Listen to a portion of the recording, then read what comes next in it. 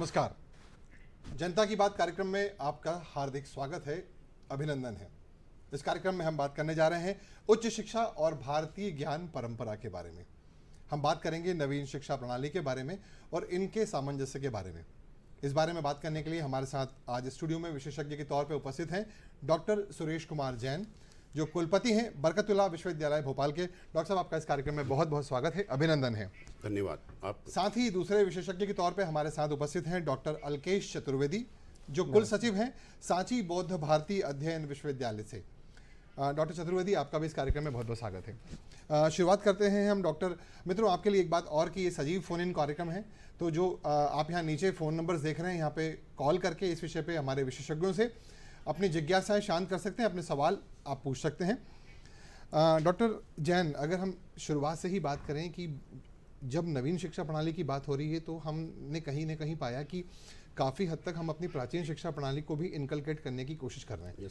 तो थोड़ा सा हम डिफाइन करने से ही शुरुआत करें कि प्राचीन शिक्षा प्रणाली क्या थी, उसके उद्देश्य क्या थे और नवीन में लेने से किस तरीके से बेनिफिट्स होंगे। देखिए, हमारी जो भारतीय शिक्षा पद्धति हुआ करती थी जी, उसमें ज्ञान आधारित शिक्षा पद्धति हुआ करती थी, रिसर्च आधारित शिक्षा पद्धति हुआ करती थी, जो पिछले कई समय से जिसका अभाव देखने में शिक्षा में मिला। जी, नई शिक्षा पद्धति जो राष्ट्रीय शिक्षा नीति 2020 है हमारी जी, उसमें इसका पूरा समावेश किया जा रहा है। और हमारी उसमें इच्छा, जो नई शिक्षा नीति की इच्छा है कि एक परिपूर्ण, जी, संपूर्ण नागरिक, भारतीय नागरिक हम तैयार करें।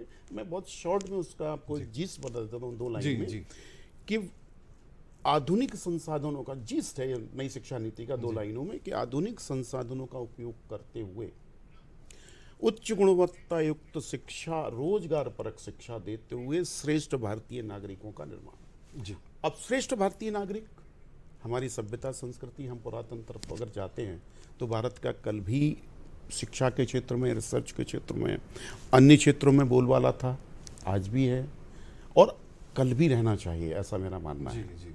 तो उसी को अब हम नई शिक्षा नीति में फिर से शामिल करने की कोशिश कर रहे हैं। जी। डॉक्टर चतुर्वेदी, जैसे हम जानते हैं कि जिस मैकाले की शिक्षा पद्धति की हम बात करते हैं 1836 में वो लागू हुई। एक बड़ा प्रचलित पत्र है जो 2 फरवरी 1835 को लिखा गया था लॉर्ड मैकाले के द्वारा ब्रिटिश पार्लियामेंट को। उसके अंदर उन्होंने एक लाइन लिखी थी कि I have travelled across the length and breadth of India, I have not seen anybody who is a beggar who is a thief. जो अभिहाल सर ने बात की, एक चरित्र वाली बात, एक ब्रिटिशर ने उस समय लिखा था अपने पार्लियामेंट को कि ये 2 लाइनें उस पत्र का हिस्सा थी। और हालांकि उसके बाद ही नीति बनी और कहीं ना कहीं रोजगार परक बना दी गई, प्रायोगिक शिक्षा खत्म करके टोटल थियोरेटिकल कर दी गई। सर, अब जो नवीन शिक्षा नीति लागू हो रही है तो विश्वविद्यालय में किस तरीके से इसे जोड़ा जा रहा है? बिल्कुल। ये जो नवीन शिक्षा नीति है और इसके पहले की जो शिक्षा नीति थी जी, तो पिछले 70 सालों में जो शिक्षा नीति आई उसमें एक अंग्रेजीकरण था, मतलब जिसको हम लोग बोलते हैं कॉलोनाइज्ड शिक्षा, जी, औपनिवेशिक, उसमें हमको वो चीज़ें मिलती हैं जिसको हम लोग समझ सकते हैं 1 2 3 4 5 के आंकड़े से समझ सकते हैं। कि 1 क्या था कि एक नौकरी, 2 बच्चे, 3 BHK का मकान, 3 BHK मकान और 4 व्हील गाड़ी और 5 डिजिट की सैलरी।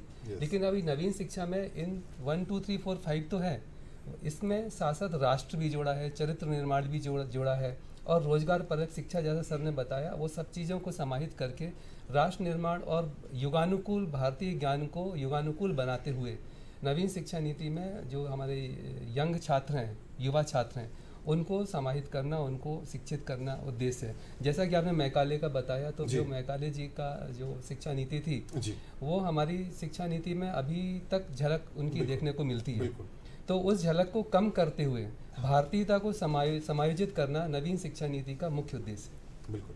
और उसी से जुड़ा हुआ प्रश्न मैं डॉक्टर जैन से करने जा रहा हूँ कि कहीं ना कहीं उस नीति के अंतर्गत नौकरी, जो जॉब वाली मानसिकता की तरफ ज़्यादा धकेला जा रहा था छात्र छात्राओं को, तो सर उद्यमिता को लेके किस प्रकार से प्राचीन शिक्षा पद्धति नवीन के साथ एक कॉम्बिनेशन बिल्ड कर रही है? देखिए, उद्यमिता तो हमारी पुरातन शिक्षा पद्धति में ऑलरेडी इनबिल्ट हुआ करता था।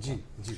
अब उद्यमिता, जैसे हमारे पुराने परिवार का अवधारणा देखेंगे, जी, जैसे हमारे यहाँ पहले बिजनेस जो होते थे जी, तो आपने देखा होगा कि अपने आप पीढ़ी दर पीढ़ी नीचे उतरता था। हाँ। वो एक उसको मैं ये कह सकता हूँ, देखिए हमारे यहाँ दो तरह की परंपरा हुआ करती थी। एक इंडिक नॉलेज होती थी, हाँ। परंपरागत ज्ञान। हाँ। जैसे मैं आपको एक उदाहरण देता हूँ। डॉक्टर जैन, आपको मैं बीच में रोकना चाहता हूँ। हमारे साथी हैं हेमराज जी नर्मदापुरम से। सर। हेमराज जी नमस्कार, आपका इस कार्यक्रम में स्वागत है, अपना प्रश्न करें।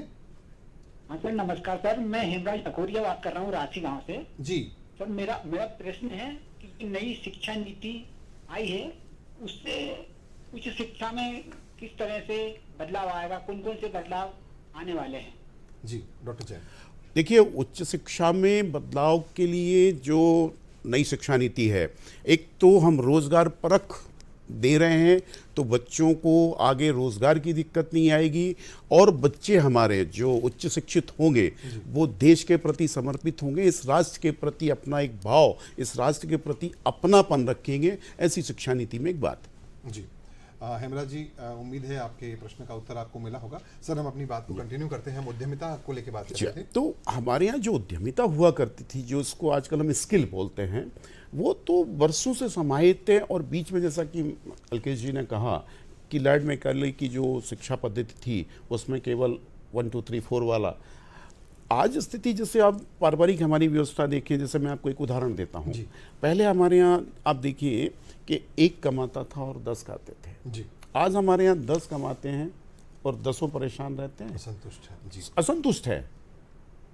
पहले एक कमाते थे, 10 खाते थे और सबने संतुष्ट रहते थे, खुश रहते थे, परिवार बड़े भी होते परिवार बड़े होते थे। आज नैनो हो गए, फिर भी कष्ट में। पहले हमारे यहाँ जो पारंपरिक जो उद्यमिता की आप बात कर रहे हैं, आप देखिए, मैं आपको एक छोटा सा उदाहरण देता हूँ। ये जो सोनार का व्यवसाय करते हैं, उनके पास एक पत्थर होता है, इसका नाम कसौटी होता है। हाँ। अब वो विरासत में वो इंडिक ज्ञान है, वो पारंपरिक ज्ञान है, वो ऐसे घिस के बता देता है इसमें इतने % सोना है, इतने कैरेट का है ये। तो ये क्या है? ये तो हमारा पारंपरिक ज्ञान ही है। शायद वो टेक्निकल नो हाउस परंपरागत तरीके से ही दिए जाते रहे होंगे। यस। आज उस चीज की कमी होने से हमारे यहाँ क्या हुआ कि हमने इस तरफ ध्यान नहीं दिया थोड़ा सा। आज भी इस ज्ञान को अगर हम संरक्षित कर ले तो रोजगार उद्यमिता की बहुत, मतलब जैसा हम आज कहते हैं कम है, कमी तो नहीं, ऐसा मेरा मानना है। मैं अगला प्रश्न डॉक्टर अल्केश चतुर्वेदी जी से करना चाहता हूँ कि किस तरीके से हम इन प्रैक्टिकल एस्पेक्ट को एसोसिएट करने की भी प्लानिंग चल रही है सिलेबस के साथ इनकलकेट करने के लिए? जी, अभी जैसा नवीन शिक्षा नीति में है कि इंट्रा डिसिप्लिनरी स्टडीज़ के जो बच्चा है, हाँ, वो अभी जैसे एक आर्ट्स विंग का है, तो अभी तक ये था कि केवल आर्ट्स पढ़ेगा। अब इसमें यह है कि वो कॉमर्स भी ले सकता है, साइंस भी ले सकता है, और जो एक आर्ट्स के फील्ड हैं जैसे भरतनाट्यम है या साइकोलॉजी है, जिसमें उसका इंटरेस्ट है वो ले सकता है। तो अभी जो नया सिलेबस है उसमें ये सब शामिल हो रहा है, और जो बच्चे हैं उनको बड़ा इंटरेस्ट आ रहा है नवीन शिक्षा नीति में कि वो कैसे अपने आप को इसमें और जोड़ पाएँ। और मध्य प्रदेश शासन का भी प्रयास इस प्रकार से है कि जो पास के कॉलेज हैं जो अलग अलग फैकल्टी के हैं, जैसे कोई साइंस कॉलेज है, आर्ट्स कॉलेज है, चूँकि अभी अपने एक परंपरा है साइंस, आर्ट्स, कॉमर्स ऐसे कॉलेज खोलने की, तो इन कॉलेज को मर्ज करके या इसको ऑटोनोमस बॉडी में लेके आके और बच्चों को अधिक से अधिक सब्जेक्ट या विषय उनको उपलब्ध कराना, और बच्चे भी उसमें अपने आप को समाहित करके नवीन विषयों को ले रहे हैं, और उसके कॉम्बिनेशन बहुत सारे बने हैं जी, और उन कॉम्बिनेशन को बच्चे सिलेक्ट कर रहे हैं और बहुत अच्छे से वो इसको ले भी रहे हैं जी। डॉक्टर प्रदीप साहू भोपाल से अपना सवाल पूछ रहे हैं। प्रदीप जी, आपका कार्यक्रम में स्वागत है, आप अपना प्रश्न करें। हाँ, महेंद्र भाई और कुलपति जी और रजिस्ट्रार महोदय तीनों को गुड इवनिंग। नमस्कार सर। नमस्कार। हाँ, मैं जैन साहब जो हैं, डॉक्टर एस.के. जैन कुलपति जी और रजिस्ट्रार महोदय को चूंकि पहली बार दूरदर्शन के माध्यम से वो रहा, तो आप सभी को नव वर्ष की हार्दिक शुभकामनाएं देता हूँ। धन्यवाद सर। धन्यवाद सर। धन्यवाद सर। एस.के. जैन साहब, मेरा ये प्रश्न है कि पहले की जो नॉलेज की बात होती थी, पहले जो भारतीय ज्ञान परंपरा थी, उसमें गुरु शिष्य परंपरा का वो होता था। गुरु शिष्य परंपरा में बैठकर क्या ज्ञान देते थे, और बच्चे जो है वो पुस्तकों से अध्ययन करते थे, तो एक अलग टाइप का माहौल था उस समय की। ये चर्चा प्रॉपर बैठती है। आज क्या हो रहा है, सोशल मीडिया का डिस्ट्रैक्शन है, आज परिस्थितियां बहुत बदल गई हैं। तो इस भारतीय ज्ञान परंपरा को उच्च शिक्षा एक अलग बात है, और सही ढंग से शिक्षित होना व्यक्ति का ये दूसरी बात है। पहले लोग नॉलेजेबल होते थे, वो जॉब वॉब के बारे में नहीं सोचते थे, ठीक है, चलता रहता था। आज परिस्थितियां बहुत बदल गई हैं। तो ये जो आपने टाइटल है, ये सब्जेक्ट है, ये कितना फिट बैठेगा, या सरकार या जिसकी भी जो पॉलिसी रही हो, सरकारी पॉलिसी लेकर आई है, इसको कहाँ तक ले जाएगी? जी आप जी थोड़ा सा प्लीज बताइए। जी प्रदीप सर, अच्छा देखिए प्रश्न है प्रदीप जी देखिए का। प्रश्न जी। आपका अच्छा है। सरकार की तो इच्छा है, जो हमारी भारतीय गुरु शिष्य परंपरा हुआ करती थी वो इतनी रिच होती थी कि हम गुरु अपने शिष्यों को इतना वर्सेडाइल, अब मैं शब्द यूज कर रहा हूँ इंग्लिश का, वर्सेडाइल, जी, जी। बहुमुखी प्रतिभा का धनी। जी। आपने रामायण महाभारत देखी होगी, बहुत सारे उदाहरण हैं, आप देख लीजिए। उसी दिशा में ये नई शिक्षा नीति का हमारा प्रयास है कि बच्चे हमारे, जैसा मैंने कहा ना, श्रेष्ठ भारतीय नागरिक, उसका दूसरा तात्पर्य ये भी कह सकते हैं कि वर्सेटाइल व्यक्तित्व के धनी नई शिक्षा नीति से पैदा होंगे। जी बिल्कुल, बहुत अच्छी बात डॉक्टर जैन ने बताई। और डॉक्टर प्रदीप, आपने भी अपने प्रश्न के दौरान जो बात कही, ये इस बात को भी बताती है कि आज हम देखते हैं कि माता पिता बहुत खुश होते हैं कि हमारा बच्चा बैगलेस एजुकेशन में जा रहा है। तो उस समय हमारे जो आश्रम होते थे वो बैगलेस ही होते थे, जहाँ बच्चा सारे कामों के अलावा शस्त्र और शास्त्र दोनों चीज़ों को साथ में सीखा करता था। अब हम चलते हैं डॉक्टर अलकेश चतुर्वेदी जी की तरफ कि सर, एक चीज़ हमने देखी कि मध्य प्रदेश के तारतम्य में ही अगर हम बात करें तो कुछ पर्टिकुलर शहरों में बहुत सारे इंजीनियरिंग कॉलेज का एक तरीके से मशरूमिंग हो गई। तो ऐसी कोई व्यवस्था है जिसके तहत कि वो पलायन छोटे छोटे गांवों या ब्लॉक स्तर के लोग शहरों में ना आए और उनके एरिया के आसपास ही या कम से कम ज़िला स्तर पे ही वो उन्हें फैसिलिटी मिले कि उनका पलायन ना हो? बिल्कुल। अभी नवीन शिक्षा नीति में प्रावधान किया है जी। कि जितने भी शासकीय महाविद्यालय हैं और जो महाविद्यालय हैं जो ऑटोनोमस हो सकते हैं उनको ऑटोनोमस करना है, और जो ऑटोनोमस की प्रक्रिया में आ सकते हैं उनको प्रक्रिया में शामिल करना है, और जो पड़ोस के कॉलेज हैं उनको समाहित करके एक मल्टीडिसिप्लिनरी कॉलेज की स्थापना करना है। कॉलेज का संकुल बनाने की बात हो रही है कि जो कॉलेज के संकुल में होगा कि उस वहाँ सारी विषय समाहित होंगे, हॉस्टल होगा, लाइब्रेरी होगी और लैब्स होंगे, तो विद्यार्थियों को ये बहुत अच्छा अवसर मिलेगा। और अभी ऐसे प्रयास भी हो रहे हैं कि जो प्राइवेट यूनिवर्सिटीज़ आ रही हैं उनको अगर वो ग्रामीण अंचलों में खोलने के लिए बात करती हैं तो उनको सब्सिडाइज करते हैं, उनको प्रेफरेंस देते हैं, क्योंकि अभी जैसा आपने बताया मशरूमिंग का तो कुछ ही 4 या 5 शहर हैं जहाँ पर सारे शिक्षा के केंद्रित हैं। लेकिन अभी जो नए विश्वविद्यालय आ रहे हैं वो जैसे बड़वानी है, छिंदवाड़ा है, बालाघाट है, ऐसे शहरों में भी नवीन निजी विश्वविद्यालय की स्थापना भी हो रही है। जी बहुत ही बढ़िया बात बताई आपने डॉक्टर साहब। अब मैं अगला प्रश्न लेके डॉक्टर जैन के पास आता हूँ कि हमारे जो भारतीय शिक्षा प्रणाली के जो पुरोधा रहे हैं, चाहे अगर हम मेडिकल की बात करते हैं तो श्रुत या चरक जैसे लोग हुए, वारा मिहिर की बात करें, हम आर्यभट्ट की बात करें, और हर क्षेत्र में कोई ना कोई व्यक्ति रहे, शायद हम उस ज्ञान को कितना संग्रहित कर पाए और कितना कॉमन मैन तक पहुंचा पाए। तो सर, इस चीज़ के लिए भी कुछ प्रावधान हैं अभी नवीन शिक्षा में, चाहे हम नालंदा या तक्षशिला की बात करें? देखिए, अभी नई शिक्षा नीति में आपने देखा होगा कई विश्वविद्यालयों में, मैं अपने विश्वविद्यालय में भी अभी मैंने चर्चा की, वैदिक स्टडी के नाम से कुछ कोर्स खोले जा रहे हैं जी, चर्चाएं हो रही हैं जी। तो ये जब चर्चाएं, देखिए हमारा जो ज्ञान था, भारतीय ज्ञान या भारतीय जो परंपराएं थी, 2 तरह का ज्ञान था जी। एक तो भारतीय ज्ञान परंपरा, दूसरा मैंने पहले कहा कि इंडिक नॉलेज, जो मतलब जो हमारा नॉलेज था, भारतीय ज्ञान था। अब जैसे भारतीय ज्ञान, जैसे भी आपने कई नाम हमारे पुरातत्व वैज्ञानिकों के लिए जी। मैं आपको एक आध 2 उदाहरण, जैसे आपने कहा साहब कि धातु शास्त्र की मैं बात करता हूँ। आप धातु शास्त्र की जब बात करेंगे तो मैं आपसे छोटा सा उदाहरण देता हूँ कि दिल्ली में महरौली में का अशोक स्तंभ खड़ा है जी, वर्षों से खड़ा हुआ है, उसमें जंग नहीं लगी। आप बताइए, आप गए होंगे, देखा होगा, क्या था वो विज्ञान? अशोक की लाट के नाम से। उसमें जंग नहीं लगी। आखिर हमारे वैज्ञानिकों ने, हमारे भारतीय मनीषियों ने, आखिर ऐसा क्या ज्ञान था, ऐसी क्या चीज़ थी?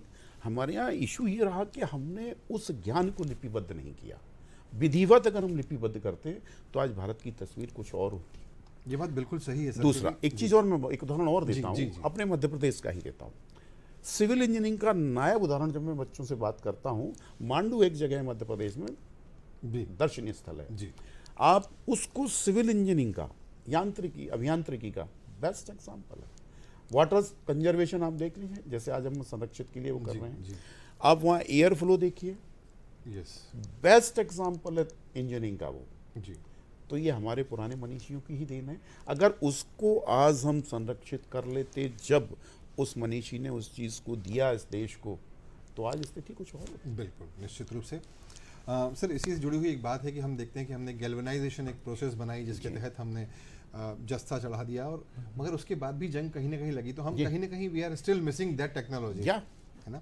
अब मैं आता हूँ डॉक्टर अलकेश चतुर्वेदी जी की तरफ ये जानने के लिए कि हमारे जो समाज का बराबरी का आधा हिस्सा है महिला वर्ग, उनके लिए क्या विशेष प्रावधान रखे गए हैं ताकि उन्हें भी उसी लेवल पे, इक्वल लेवल पे सारी सुविधाएं प्राप्त हों और चीज़ें कर पाएँ वो। स्वतंत्रता प्राप्ति के बाद ही जी भारत में जो नारी शिक्षा है उसको बहुत बड़ा स्थान मिला है। और प्राचीन काल से हम लोग देखेंगे तो वेदों की जो ऋचाएँ हैं उसमें विस्वारा, घोषा, अपाला, लोपमुद्रा जैसी विदुषी ऋषियाँ थीं। उत्तर वैदिक काल में देखेंगे कात्यायनी है, मैत्री है, गार्गी है। तो प्राचीन भारत से ही हम लोग अपना पूरा इतिहास देखेंगे, या मध्यकाल देख लें या आधुनिक काल, तो भारत में महिलाओं की स्थिति बहुत अच्छी रही है। लेकिन मध्यकाल में जब आक्रांताओं के आक्रमण हुए तो उस कारण थोड़ा सा हमारे यहाँ शिक्षा का पतन हो गया।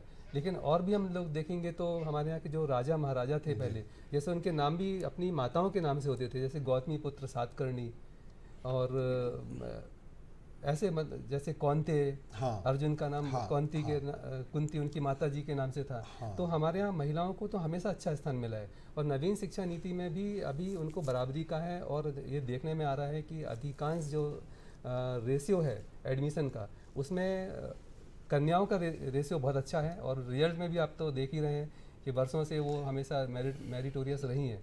तो नवीन शिक्षा नीति में उनको बहुत अच्छा स्थान है, और बढ़िया उनकी मतलब समाहित भी हैं वो। जी जी। अब मैं आता हूँ डॉक्टर जैन की तरफ अपना प्रश्न लेकर कि सर जो शिक्षा प्रणाली का जो प्रारूप जन सामान्य तक पहुँचा वो काफ़ी विस्तृत है, क्योंकि उसे बहुत सारे पहलुओं को कवर करना है। बट कॉमन मैन जो स्टूडेंट, छोटी सी बीच में आपको इंटरप्ट कर रहा हूँ जी, बहुत विस्तृत नहीं है, मात्र 137 पेज का है जी जी। उसको अगर जो भी पढ़ लेता है जी, उसमें अलग अलग विषय हैं, अलग अलग स्ट्रीम हैं, आपके मतलब का पढ़ लीजिए। और पहले 8-10 पेज कॉमन है जो भारतीय ज्ञान परंपरा, भारतीयता में क्या है उसके बाबत है। बट सर जैसे छात्रों में अगर हम स्ट्रक्चर भी देखें तो रीडिंग का लेवल शायद 2.5 से 5% के बीच में ही रह गया है। और शिक्षाविद के तौर पे 137 पन्ने शायद कम हो, मगर एक छात्र छात्रा के तौर पे संख्या बहुत बड़ी है। तो इसके लिए क्या कुछ जागरूकता कार्यक्रम चलाए जा रहे हैं जिससे लोगों तक अवेयरनेस पहुंचे? देखिए, जागरूकता कार्यक्रम सब जगह चल रहे हैं, सेमिनार हो रहे हैं, वर्कशॉप हो रहे हैं। हम बच्चों में भी इस बात को बता रहे हैं कि नई शिक्षा नीति लागू है। आज बच्चे में हमारे यहाँ देखिए, जो नई शिक्षा नीति में बच्चा अपने सब्जेक्ट स्वयं चुन रहा है। जी जी। बच्चा क्या पढ़ना चाहता है ये स्वयं कोशिश कर रहा है। उन्हें कि आज बच्चे ने सोचा कि भाई ठीक है, हमारे यहाँ इसको multi entry multi exit system का नाम दिया है। मल्टी एंट्री में उन्होंने कहा साहब बच्चे ने एंट्री तो ले ली जी, अब उन्होंने कहा साहब 1 साल पढ़ लिया, अब नहीं पढ़ना जी, तो हम उसको सर्टिफिकेट देके बाहर कर देंगे। मान लीजिए 3-4 साल बाद वो फिर आया पढ़ने, हम फिर एंट्री ले लेंगे। एक क्रेडिट सिस्टम इसमें हमने फॉर्म किया है, तो उतने क्रेडिट जो ले गया, मान लीजिए उसको डिग्री करना है, डिग्री फॉर एग्जांपल 20 क्रेडिट की है, तो उसने 4 क्रेडिट अर्न कर लिए, 16 क्रेडिट फिर अर्न कर लेगा बाद में। तो ये शिक्षा नीति की ब्यूटी है। पहले क्या था कि नहीं, आपको तो कंप्लीट करना है या बाहर होना है, अब आप कभी भी अंदर आइए। जब आपको लगे कि नहीं भाई मेरी स्थिति ऐसी कि मैं और पढ़ना चाहता हूँ और ज्ञान अर्जित करना चाहता हूँ जी, तो कर सकता है। जी जी। सर जो मैकाले का जो पत्र था उसमें 2 बातें ऐसी और लिखी थी जो मैं यहाँ बताना चाहता हूँ। उन्होंने एक लाइन लिखी थी कि हम, एक शब्द है अंग्रेजी का जिसका मतलब ये निकल कर आता है कि वर्ड है कॉन्कर, उसका मतलब ये होता है कि लड़के जीतना। मतलब उन्होंने मैसेज कर दिया था कि लड़के नहीं जीत पाएंगे, हमें कोई ना कोई टेक्नोलॉजी इस्तेमाल करना पड़ेगी। उसमें एक लाइन और लिखी थी, उन्होंने एक चीज़ पाई थी कि अगर हम इनकी संस्कृति पर वार कर दें, मतलब हमारी life style, day to day life, जिसमें शिक्षा बहुत प्रमुख योगदान रखती थी, और इसी के तहत सारी प्रैक्टिकल एजुकेशन को काफ़ी हद तक वो लोग सफल हुए थियोरेटिकल एजुकेशन में कन्वर्ट करने के लिए। सर अभी जो नवीन शिक्षा नीति में, इसका जवाब मैं आप दोनों से चाहूँगा कि किस प्रकार प्रैक्टिकलिटी को, प्रायोगिकता को अधिक जोर दिया जा रहा है? इसमें अभी ये भी है कि जो नवीन शिक्षा नीति है उसमें बहुत सारे भारतीय पहलुओं को शामिल इसलिए किया गया क्योंकि जब मैकॉले का पत्र था और मैकॉले के पहले बहुत सारे जो डिस्ट्रिक्ट गजेटियर्स हैं, डिस्ट्रिक्ट गजेटियर्स में उल्लेख मिलता है कि भारत में कोई भी अनपढ़ नहीं था और प्रत्येक जिले में हजारों की संख्या में गुरुकुल थे जी सर। और मैकॉले स्वयं बोलता है कि यहाँ पे कोई भी इलिटरेट नहीं है। यस, उन्होंने अपने पत्रों का हवाला दिया, लेकिन उन्होंने अंग्रेजी शिक्षा नीति को लागू करने का जो उद्देश्य था कि जो ब्लैक अंग्रेज उनको बनाना थे हमारे यहाँ, वो उसमें सफल रहे हैं।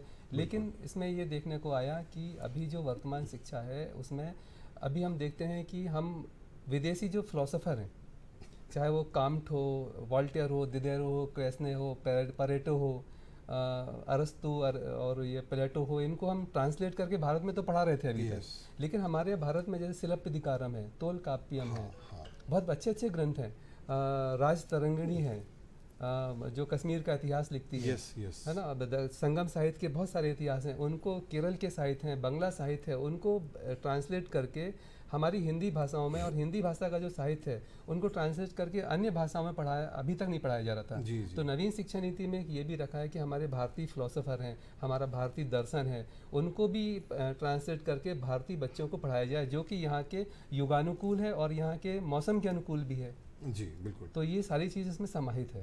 डॉक्टर जैन, इसी विषय पे मैं एक्चुअली क्या है, जो अभी आपने एक बात कही कि मैकाले की जो शिक्षा पद्धति थी, मैकाले बहुत ही मतलब वैज्ञानिक, वो दार्शनिक टाइप के थे। उन्होंने जब अध्ययन किया कि भारतीय लोगों पर हम विजय नहीं पा सकते, तो उन्होंने ये शिक्षा नाम का एक टूल लिया, तो हमारे ज्ञान पर जो उन्होंने प्रहार किया, वो प्रहार इतना सशक्त प्रहार रहा कि हमारी जो सभ्यता, संस्कृति, आचार, विचार, व्यवहार जो विश्व में सबसे उत्तम हुआ करता था, उस पर सीधा प्रहार। हमारी सभ्यता संस्कृति में आप देख लीजिए, आचार विचार में देख लीजिए, संस्कृति हमारी इतनी उत्तम हुआ करती थी कि हर आदमी उसके पीछे, आज विदेशी भी उसको अपनाने लगे हैं। एक बात, अब चूंकि हमारे यहाँ सभी एकदम उत्तम क्वालिटी की रिसर्च, जैसे मैंने पहले भी कहा, वही हालात सभ्यता संस्कृति में, हमारी संस्कृति की आप बात करेंगे, हमारे वेशभूषा की बात करेंगे, आचार विचार, खान पान। अब तो स्थिति सर आज के परिवेश में हो गई, खान पान, आचार विचार, एकदम ऐसा लगता है कि जैसे हम किस दुनिया में रहने लग गए, मुझे लगता है, ये मेरा पर्सनल मत है। पहले हमारे यहाँ आप देखिए आचार विचार होता था, आप किसी के घर जाइए, हम छोटे होते थे तो जैसे आप आए तो चाचा जी चरण स्पर्श, आज तो घुटने के नीचे झुकते ही नहीं है। अगर अपने माता पिता खुद ही कहते हैं अरे यार ये क्या है, तो ये इस पे जब उन्होंने प्रहार किया, तो ये वास्तव में हमें मिटाने के उसका सुनियोजित षड्यंत्र, निश्चित रूप से। जी मित्रों, आज हमने बात की उच्च शिक्षा और भारतीय ज्ञान परंपरा के बारे में, किस प्रकार से बहुत सारी चीज़ें नवीन शिक्षा नीति के तहत इनकलकेट की गई हैं। आप सभी लोगों से निवेदन है कि विभिन्न माध्यमों के द्वारा, चाहे वो यूट्यूब हो, चाहे वो गैजेटर्स हो, इसके बारे में जानकारी निकालें, अपने घर में अपने परिवार तक इन बातों को पहुंचाएं, और इस तरह के जो आज हम कार्यक्रम देख रहे हैं जनता की बात कि कार्यक्रम के द्वारा अपनी अवेयरनेस को बढ़ाएं ताकि आप उसका सही लाभ ले पाएं। आज के कार्यक्रम में भाग लेने के लिए डॉक्टर सुरेश कुमार जैन, कुलपति बरकतुल्लाह विश्वविद्यालय, एवं डॉक्टर अल्केश चतुर्वेदी जी, सांची बौद्ध विश्वविद्यालय, आप दोनों का बहुत बहुत धन्यवाद। और मित्रों, अगले कार्यक्रम में आपसे पुनः मुलाकात होगी, तब तक के लिए आज्ञा दीजिए, नमस्कार।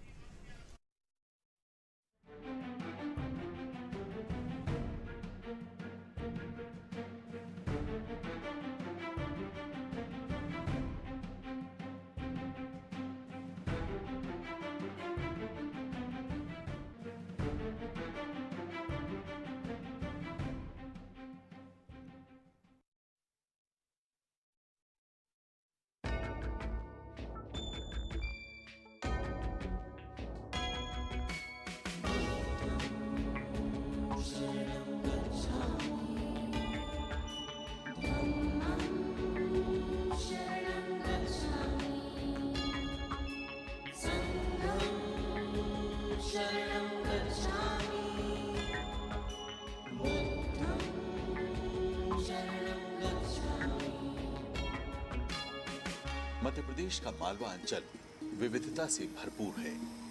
प्रकृति ने इसका अद्भुत श्रृंगार किया है। दूर तक फैले हरे भरे जंगलों से सनी धरती का सौंदर्य देखते ही बनता है।